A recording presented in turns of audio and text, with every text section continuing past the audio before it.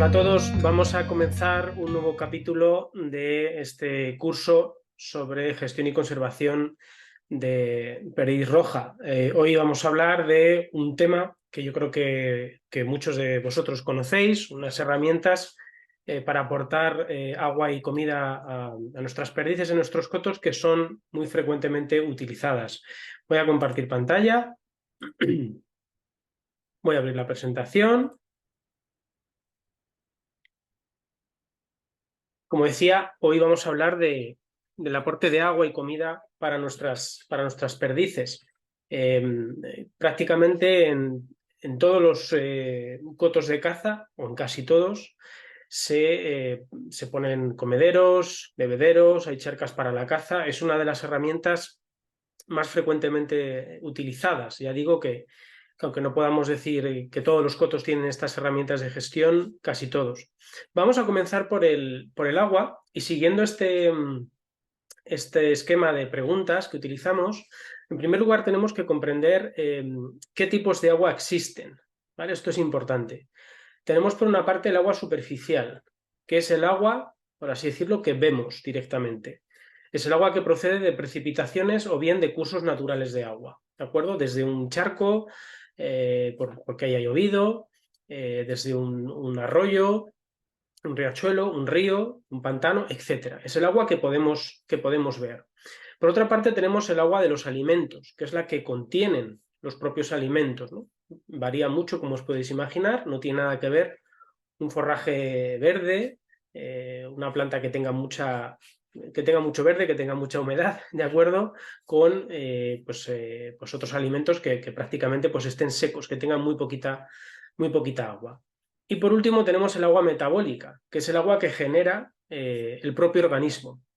Como sabéis, la mayor parte de los seres vivos somos agua y tenemos la capacidad de generar este agua metabólica.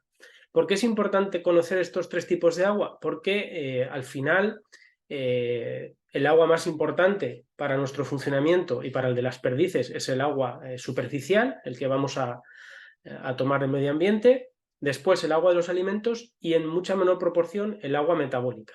¿De acuerdo? Entonces hay que entender, hay que conocer qué tipos de agua tenemos en nuestros cotos y cuál es la situación que tenemos hoy en día en España y en la península ibérica.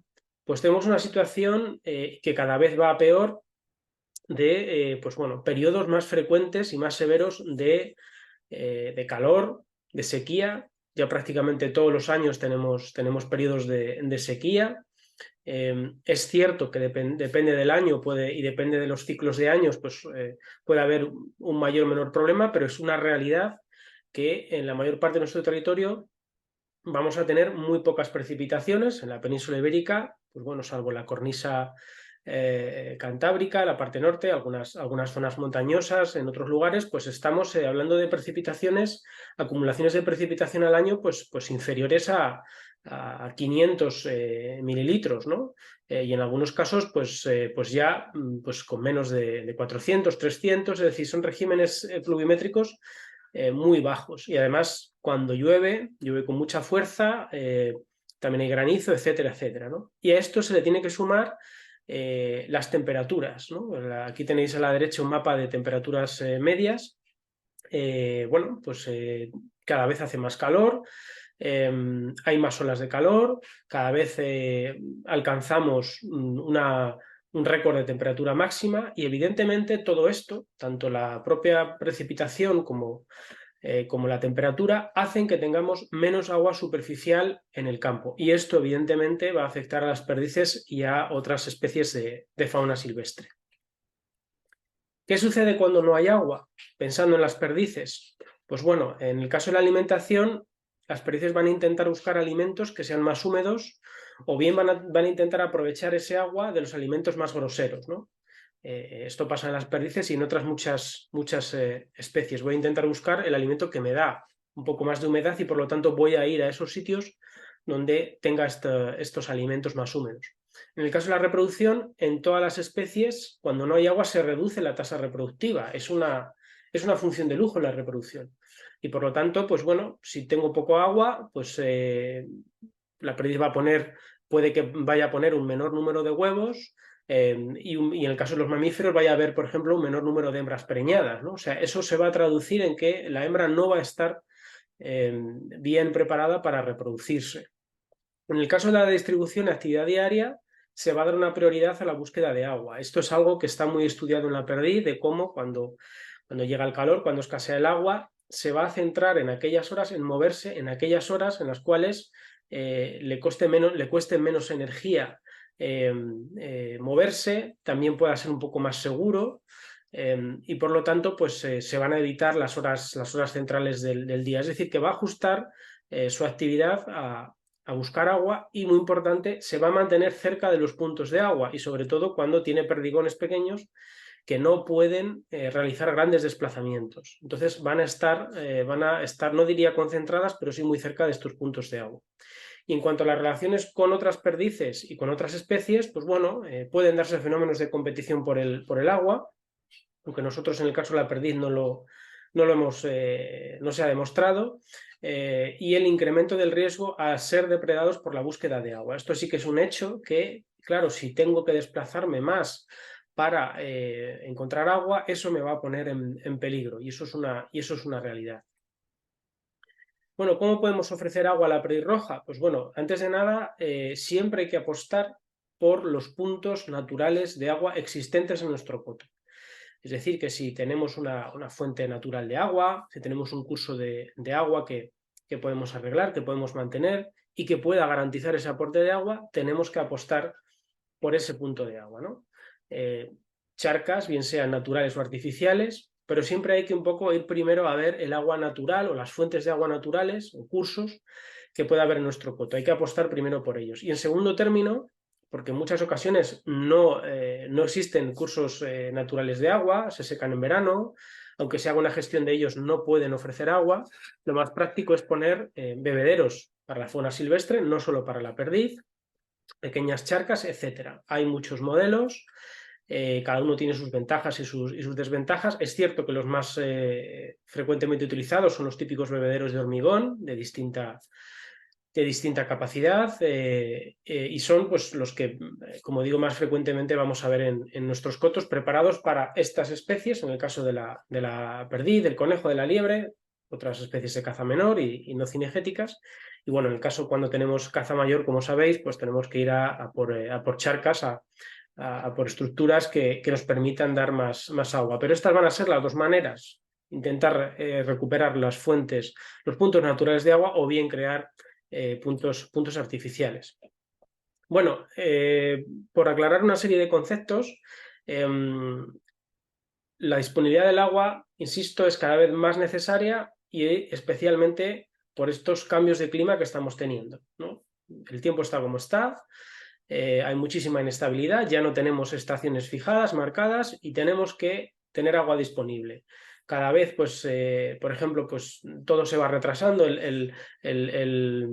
Por ejemplo, pues al invierno le cuesta mucho tiempo llegar, luego a la primavera también, no hay entretiempo, en fin. Seguro que muchos pues tenéis vuestra opinión sobre esto, pero es verdad que hay muchos meses a lo largo del año en los cuales no hay agua superficial disponible. Entonces tenemos que garantizar este aporte de agua. Siempre es mejor potenciar, insisto, los cursos de agua y fuentes que tengamos, ¿de acuerdo? Hay que potenciar eso y además distribuir bebederos en sitios estratégicos, y cuando podamos también asumir, plantear tener charcas, pues es una buena opción y en muchos cotos se hace. Claro, esto quizás suene un poco a perogrullo, pero tenemos que tener los puntos de agua activos cuando no existe suficiente agua en el medio ambiente, ¿no? Yo tengo que conocer o que estar al tanto de cuando no hay agua y tener esos puntos de agua activos. Cuando hay mucho agua de precipitación, cuando ha llovido un montón, pues quizás no me va a hacer tanta falta, ¿no? Hay años, como ha sido este año 2023, con muchas precipitaciones en junio. Evidentemente, pues si tengo muchos charcos, si tengo mucha agua superficial, pues los bebederos podrán ser utilizados en las charcas, pero si hay charcos, los animales van a ir a ello. Entonces hay que saber muy bien en qué momentos no hay agua disponible y garantizar que ese agua esté ahí. Y bueno, siempre hay riesgo de depredación, de transmisión de enfermedades, pero en el caso de los bebederos para la caza menor, no hemos demostrado que haya depredación de una forma significativa, es decir, salvo casos anecdóticos, y el tema de la transmisión de enfermedades, siempre y cuando exista, como es en muchos cotos, una higiene, preocuparse de que estén los bebederos limpios, echar unas gotitas de lejía, por ejemplo, en el depósito del agua, no suele haber problemas de enfermedades, transmisión de enfermedades. ¿Que pueden existir en algunos contextos donde haya muchos animales? Por supuesto. Pero en el caso de la caza menor no tenemos evidencias científicas de que sea un problema a tener en cuenta siempre y cuando se sigan una serie de normas. Como digo, evidentemente cuando tenemos un punto de agua, sea un bebedero este tipo, ya un bebedero más grande, un bebedero más pequeño, evidentemente especies depredadoras pueden ir a visitarlos, pero los estudios que hemos hecho y que se han hecho en otras partes del mundo, pues en el caso de la caza menor existe el riesgo, pero no es un problema significativo siempre y cuando se pongan cosas como, por ejemplo, esta malla de tetracero, que no impide que se pueda meter un zorrito, pero sí impide que se te pueda meter un jabalí, que se te pueda tirar un ave rapaz. Entonces, bueno, poniendo esta serie de medidas no tiene por qué pasar nada, y teniendo esa rutina de limpieza, como decía antes, pues tampoco tiene por qué haber problema de transmisión de enfermedades. Me gustaría resaltar que muchos de vosotros le dais vueltas a las cosas, nos enviáis también cosas que a nosotros nos enriquecen mucho y nos dan mucho que aprender, y me gustaría compartir bueno, pues esta experiencia realizada en un coto de Ciudad Real, un coto que colabora con Fundación Artemisa desde hace mucho tiempo, que en un determinado momento decide cambiar los bebederos, estos bebederos que tenéis aquí, por unas tetinas muy utilizadas en ganadería, sobre todo en avicultura y en cunicultura, y ver qué pasa si los animales lo toman o no. Es un sitio muy seco en el que hay que ahorrar agua y en el que también hay que evitar la transmisión de enfermedades. Pues bueno, se hizo un pequeño estudio en una serie de bebederos y se pudo comprobar con fototrampeo que tanto las perdices, los conejos y otras especies utilizaban estos bebederos sin ningún problema. Entonces, bueno, simplemente daros un ejemplo de las cosas que se pueden hacer, que se puede ahorrar agua, y hay que ahorrar agua, que es un bien cada vez más escaso.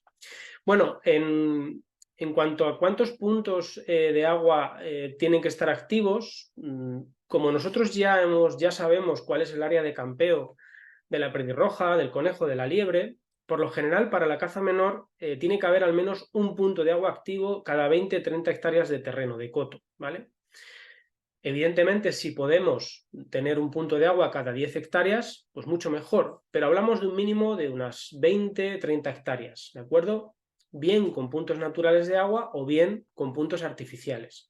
Entonces, tenemos que asegurar que, aquí tenéis una pequeña representación, tengo estas especies cinegéticas distribuidas en este coto, pues que haya por lo menos un punto de agua en estas localizaciones. Y vuelvo a lo mismo, siempre mejor tener pocos puntos, pero bien gestionados, bien controlados, que tener mucho.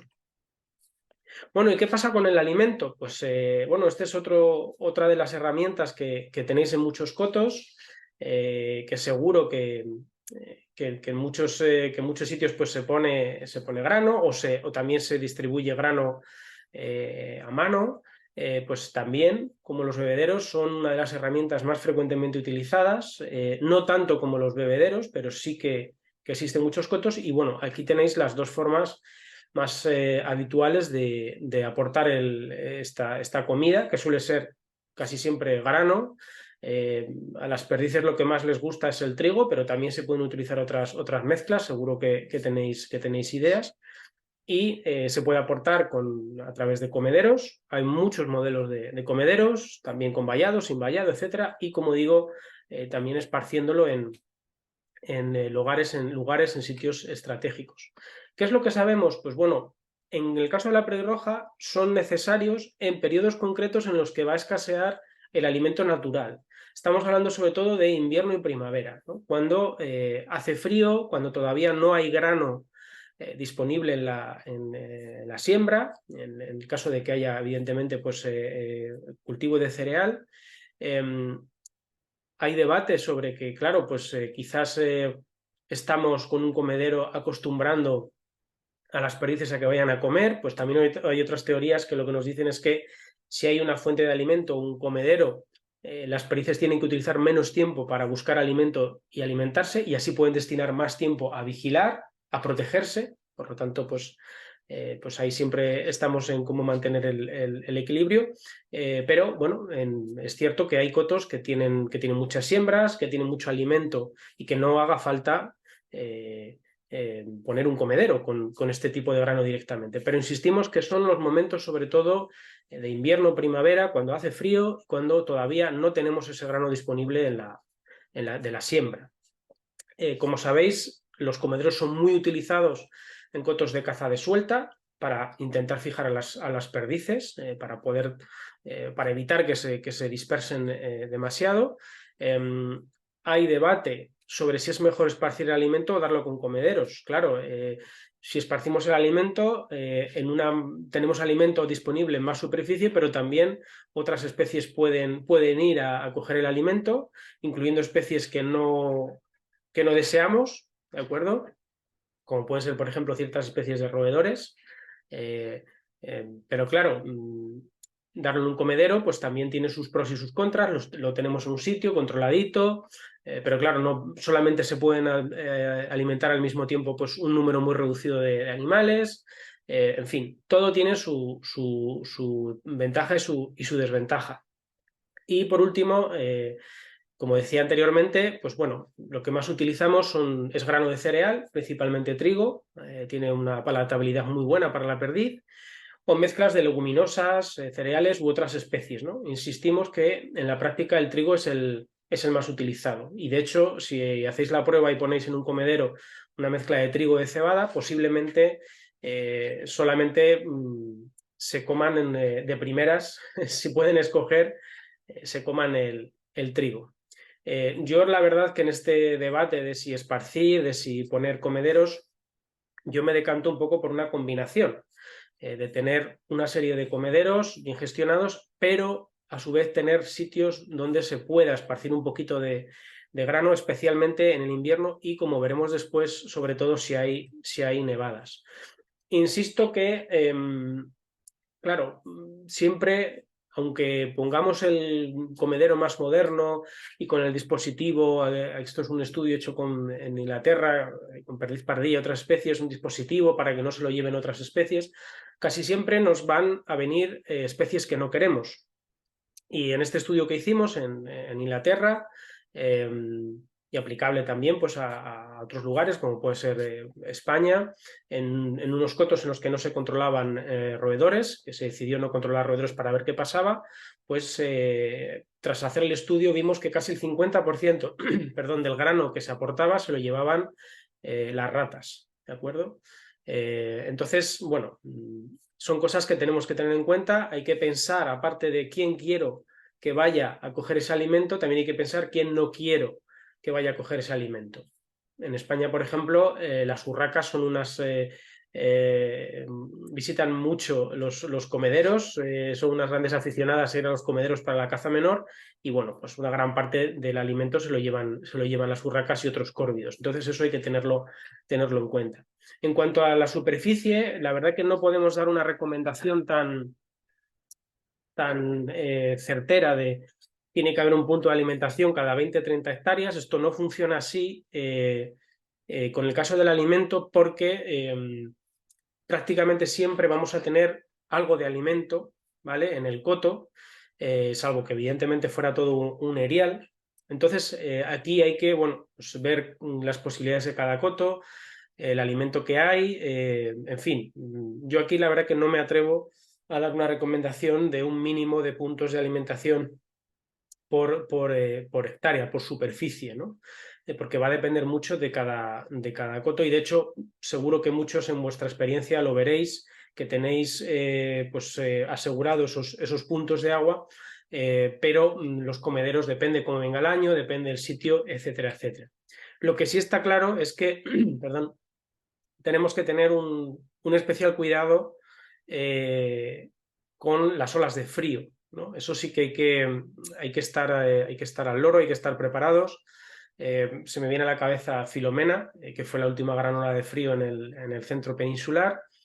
Sí que tenemos que estar preparados ante una ola de frío, una situación adversa, a que estos comederos estén activos o estos lugares en los cuales se esparza alimento. Ahí sí es importante sitios para esparcir alimento cuando hay olas de frío, porque cuando la nieve cubre el suelo, aunque la perdiz tiene la capacidad de rascar un poquito, ahí puede encontrarse una situación muy complicada de directamente no haber alimento que comer, directamente, no haber alimento. Y si hay heladas prolongadas, mucho más. Entonces, aquí sí que tenemos que tener los comederos preparados, llenos. Los animales se van a concentrar en muchos casos cerca de estos comederos. Y muy importante, tenemos que hacer un mantenimiento durante las olas de frío. No vale decir, no, yo voy, pongo el comedero, tiene grano. No, tenemos que ir, sobre todo porque puede haber problemas de helada en el propio comedero, que el grano no salga, que ese grano se pudra, que no valga absolutamente para nada. ¿De acuerdo? Entonces, bueno, como digo, hay que tener un especial cuidado con esto. Y con esta diapositiva hemos terminado este capítulo. Continuaremos próximamente con más capítulos. Como siempre, agradeceros vuestra atención, animaros a que participéis en el Observatorio Cinegético y nos vemos en el próximo capítulo. Adiós.